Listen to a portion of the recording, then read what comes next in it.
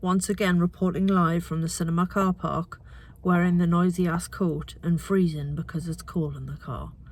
Good evening, friends and film fans. Welcome to yet another review. I've just come out from watching She Said at the cinema. I'm definitely still processing, and me and the two friends I went with just stood in the car park and chatted about it, even though it's absolutely Baltic, because it's definitely one that you want to discuss and mull over. This film is about the journalists at the New York Times who exposed the systematic and historical and ongoing abuse that Harvey Weinstein was responsible for, and basically brought the son of a bitch down. I think I'm quite angry. I'm a little bit angry. I mean, I'm grateful to the women. I'm grateful that I just got to watch that story being told. I'm very grateful for brave women who do things like that, and to the women who came forward and all that sort of stuff.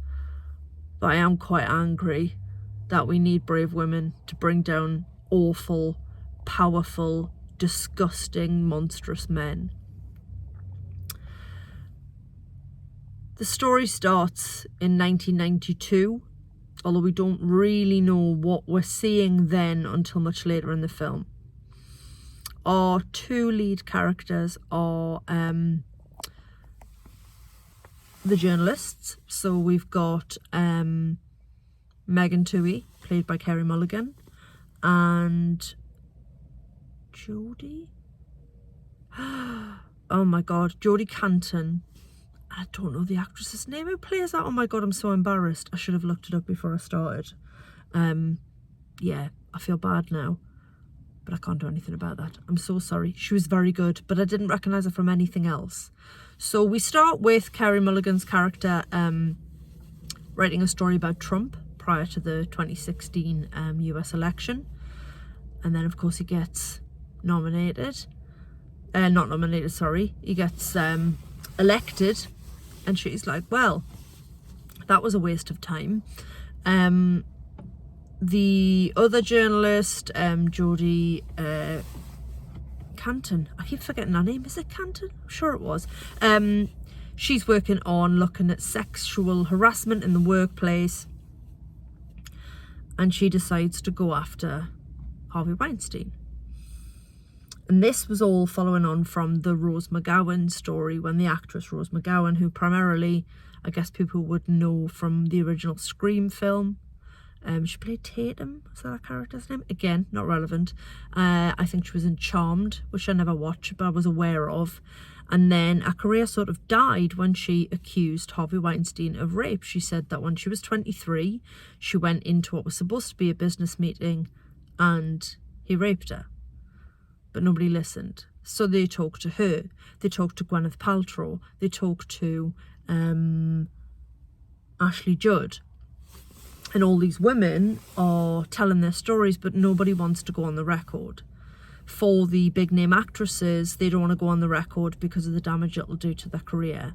For the women who worked as assistants and runners and executives around Harvey and in his offices around the world, they don't want to go on the record because a lot of them have signed NDAs, there have been settlements. So actually telling this story is really difficult. The film was very well made.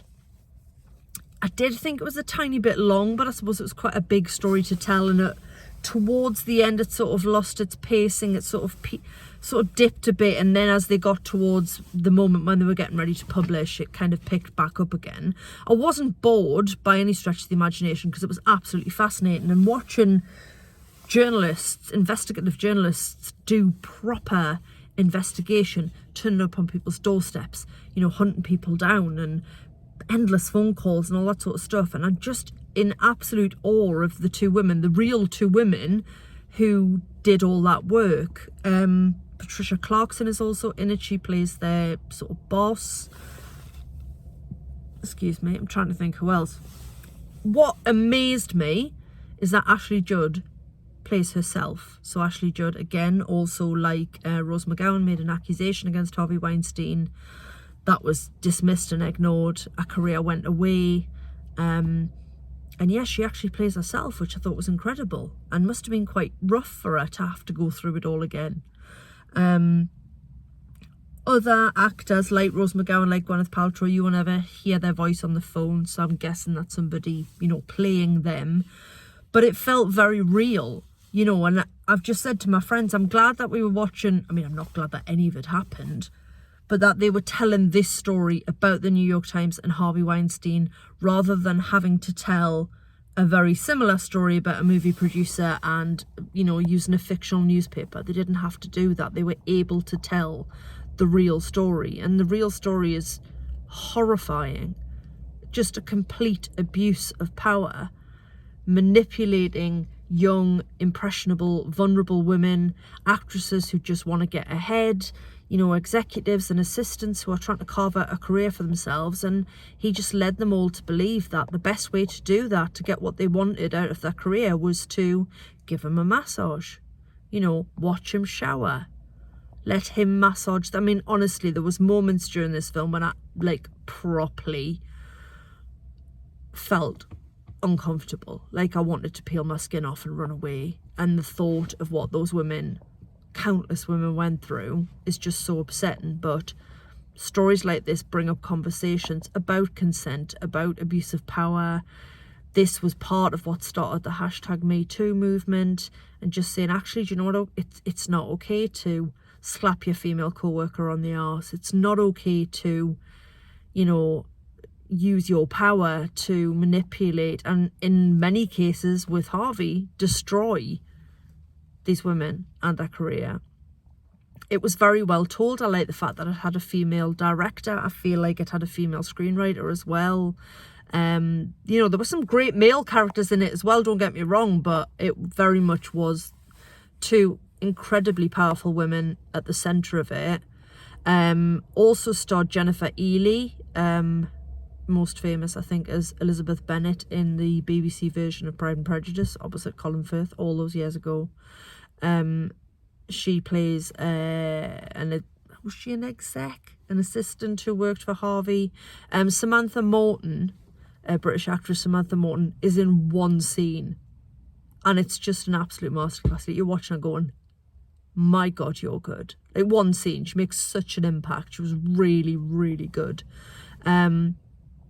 So yeah, strong cast, gripping. Like I say, lost its pacing a little bit towards the end, but I'll absolutely forgive it because it's such an important story and it's really well told.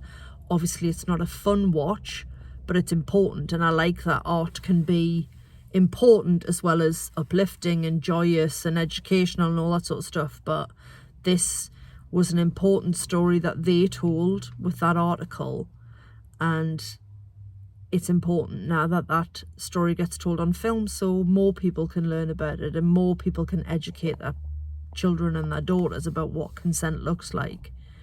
It was really good, solid, excellent performances, absolutely gripped, apart from when I got a bit, I didn't get bored. That's the wrong thing to say. I wasn't bored, I was gripped. I just started to flag a bit towards the end, but that's maybe me rather than the film. Right, apparently it's boy racer o'clock in the Odeon car park, so I am going to go home. But as ever, thanks for listening and thanks for watching. That was my review of She Said. I don't know what I'm seeing next, but obviously when I do next come to the cinema, I'll sit here and I'll tell you all about it. Thanks for listening. Katie out.